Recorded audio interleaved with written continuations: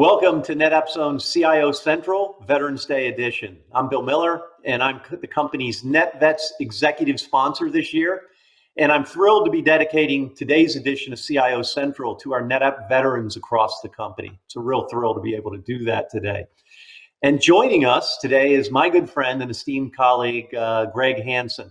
Greg's a graduate of the United States Air Force Academy and a former officer in the U.S. Air Force. And Greg also earned the first ever Ph.D. in computer science from the University of Central Florida.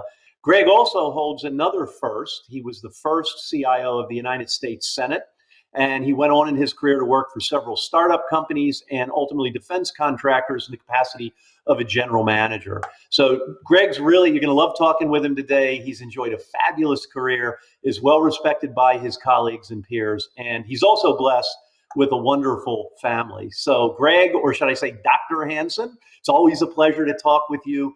Thanks so much for joining us today. Thank you, Bill. Glad to do it. All right, let's start with a real quick exploration, I should say, of your background and your career, because you've really had a fascinating intertwined mix of higher education, a public service give back type of roles, as well as highly active roles in commercial industry. So you span the whole spectrum of career types.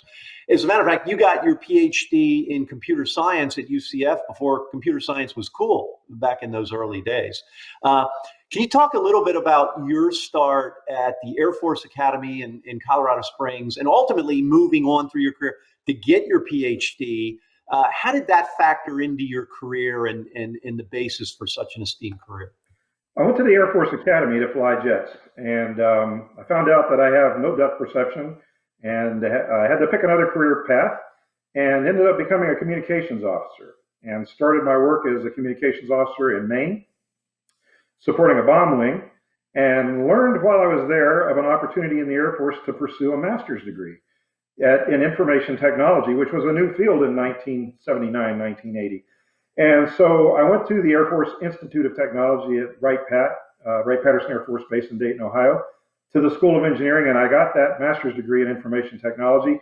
I competed for one of two slots in the Air Force to get a PhD, and they offered me the shot at getting one in computer science. In those days, computer science wasn't cool, so I went to UCF because I knew it was going to be an up-and-coming technology center of excellence. Did significant research that's actually been adapted into industry now.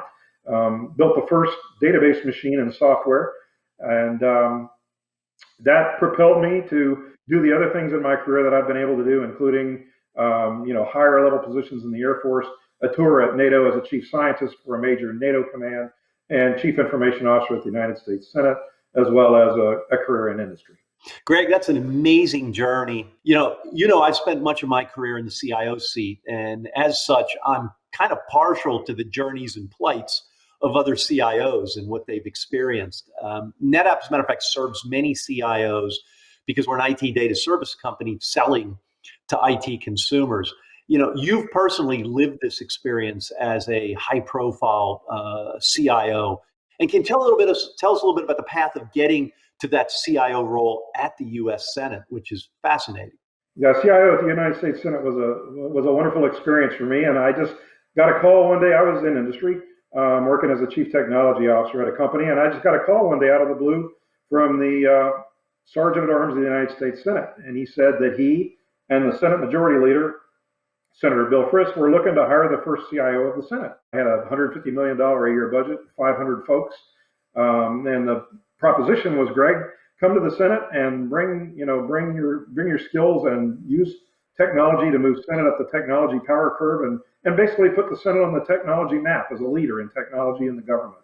I can't think of anything else like it except the tour I had at NATO was a little bit like that, because at NATO there were 16 countries and each one had they have their own agenda and their own way of doing business, but they all have to work as a team. Well, at the Senate, there are 100 senators, and each one's like the CEO of their own company. They are the boss. So it was like 100 companies, but they have to work together, obviously, to pass legislation.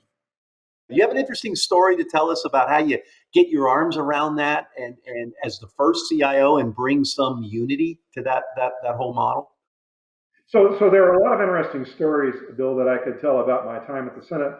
Through all of them, though, I think the most important skill set for the CIO is communicating and collaborating and being transparent and obviously being nonpartisan. All right, hey, let me switch gears for a minute here.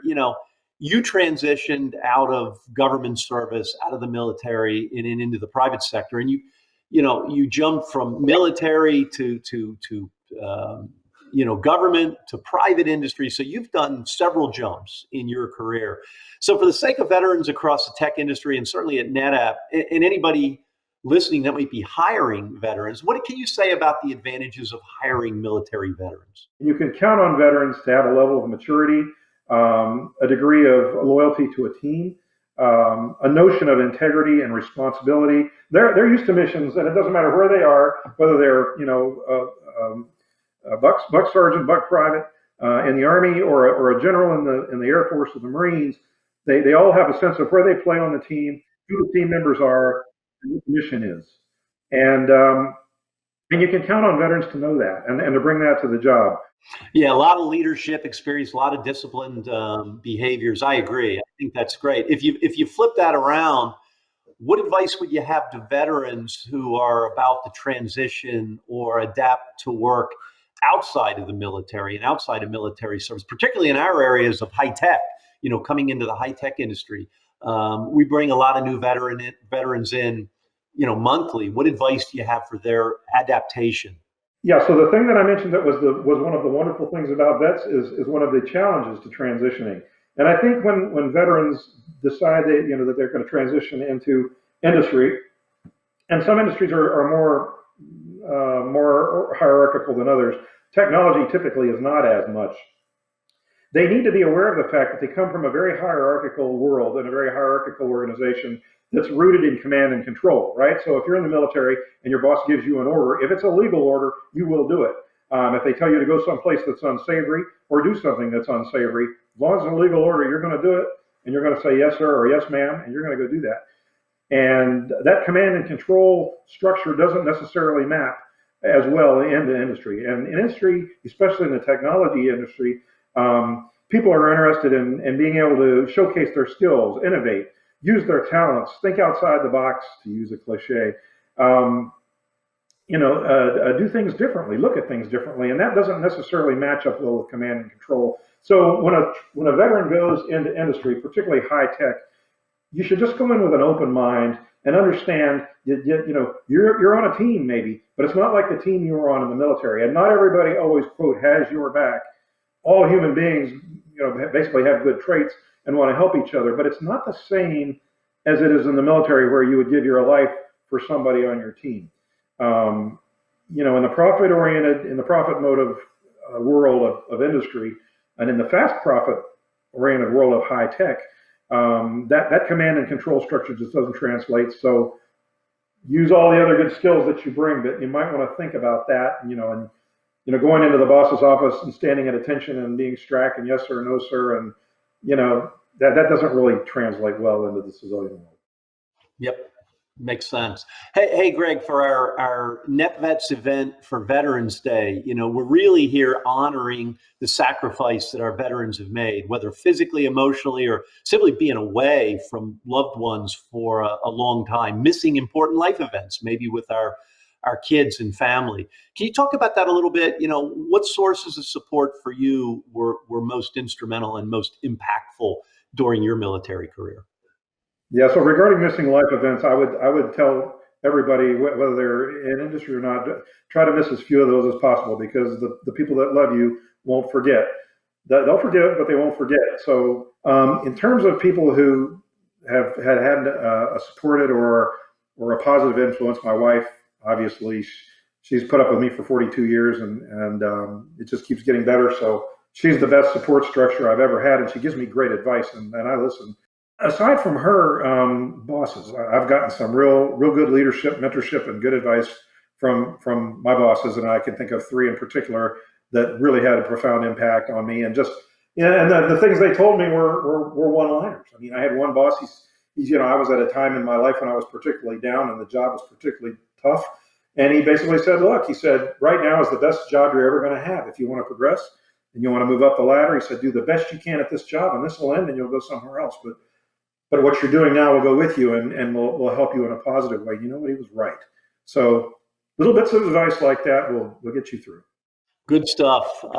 We have what we call our USPS, our public service, public sector business unit. And that organization focuses on selling to federal, state, local government agencies and some government contractors. What can you share with our employees as an experienced and discriminating government buyer? Look, when you were at the Senate, other roles you've had, you're buying IT services, you're buying engineered products. What can you share with us as a buyer in that space? So you said it just right when you called them discriminating government buyers. They're buying COTS, commercial off-the-shelf products, and then that trend is trending more and more. What I would say is, even though they all acquire stuff the same way, they have the federal acquisition regulation, and they buy stuff the same way, every single organization in the government is different and has a unique mission. And even if you take an organization like the Department of Defense, that DoD mission is vastly different than, say, the Department of Transportation or the United States Senate or the Department of Health. So what I would say is, know your customer before you go in to talk to them. Know your target audience, and think about what you have to bring, and think about how you might be able to morph that or innovate around that or solve a problem they have. Might be a problem they have that you know they have that they don't even know they have. Hey, when we worked at UCF in an advisory capacity for the engineering school, we spent a bunch of weekends, a lot of evenings, talking with professors, doing things, because we both believed in the mission of the school and the transition really to a major university. What does it mean to you to serve beyond the day job, either in military or private life? How does that factor into your life, Greg, this notion of service mentality and giving back? Every time I've ever done anything that was like that, I've always got back something more valuable, and the benefit was manifold. I mean, it was maybe something I thought about at the time, but if you look at everything through a lens of, well, what's in this for me, and what am I going to get paid for doing this, or is this part of my job? I think that's really myopic, because everything you do, whether it's working on academic advisory boards or coaching a kid's soccer team, something good is going to come out of that. And I think the benefits of that are huge. And I think, back to the theory of the theme rather, about veterans, that's part of the culture and the work ethic that's built into veterans. In the military, men and women, they view the job as 24 hours a day. You don't take the uniform off really at night and go to bed. You work 24/7. You do whatever has to be done, and I think that's a good thing. So, Greg, I got one more question for you here. Since we're doing this interview as aligned with Veterans Day, what can you tell our NetApp net vets to help in the overall achievement of high quality values in the business and exceptional company culture? Because to me, veterans sort of embody that and represent it. How can veterans help build a world-class culture? So I think the veterans play a huge role because they've been around the world. They've seen a lot of things. They're one of the wonderful things about being in the military for me was the fact that it was a really diverse organization, and everybody was on a team. So it didn't matter what your gender was or what your race was or any of that stuff. And that's a great culture. It's a teamwork thing that transcends all the noise and clutter that you hear these days. So I would say to bring that to the company, bring that culture to the company, that culture of teamwork, that culture of diversity, but everybody contributes in an important and unique way. I mean, in the military, there are none that are not critical. There's no non-critical job in the military. I spent my career in the military as a support guy, right? Some might make the case that in the Air Force, you're a second-class citizen if you're a support guy and you're not a pilot. I wanted to be a pilot, but I couldn't. I got bad eyes, so I ended up being a support guy. And my goal was always to get the Oscar for Best Supporting Actor. That's fine. That's good. So bring that support and that teamwork point of view and that service above self work ethic, and that's gonna just become infectious, I think, in the culture at your company. I know it has in the companies where I've been.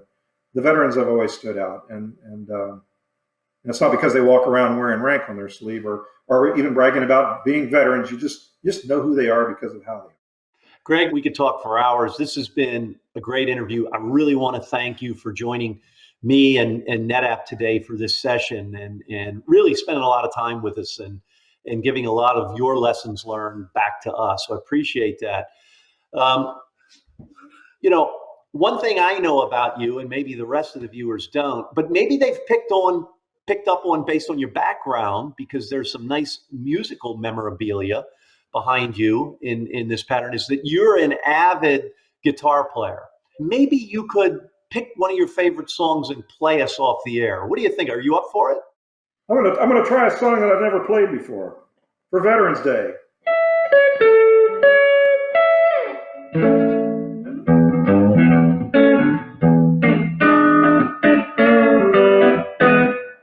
Greg, awesome way to finish. Couldn't finish on a better note. Okay, pun intended. Thank you so much for joining us today, and maybe we'll get a chance to do this again sometime. Glad to do it, Bill. Thank you so much. All the best.